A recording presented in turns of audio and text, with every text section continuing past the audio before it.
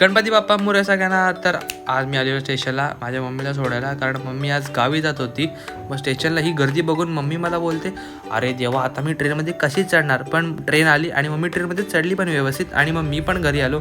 त्याच्यानंतर मी गेलो पटेल मार्टमध्ये. एवढं काय आमचं काम नव्हतं, छोटं मोठंच काम होतं. पण ते छोटं मोठं काम पण पूर्ण करण्यासाठी मी आणि श्लोकने तासभर घालवला. फक्त फिरत होतं इकडून तिकडून. ते छोटं मोठं काम असं होतं की 10 वाले 2 मंचाव सूप घ्यायचे होते बस.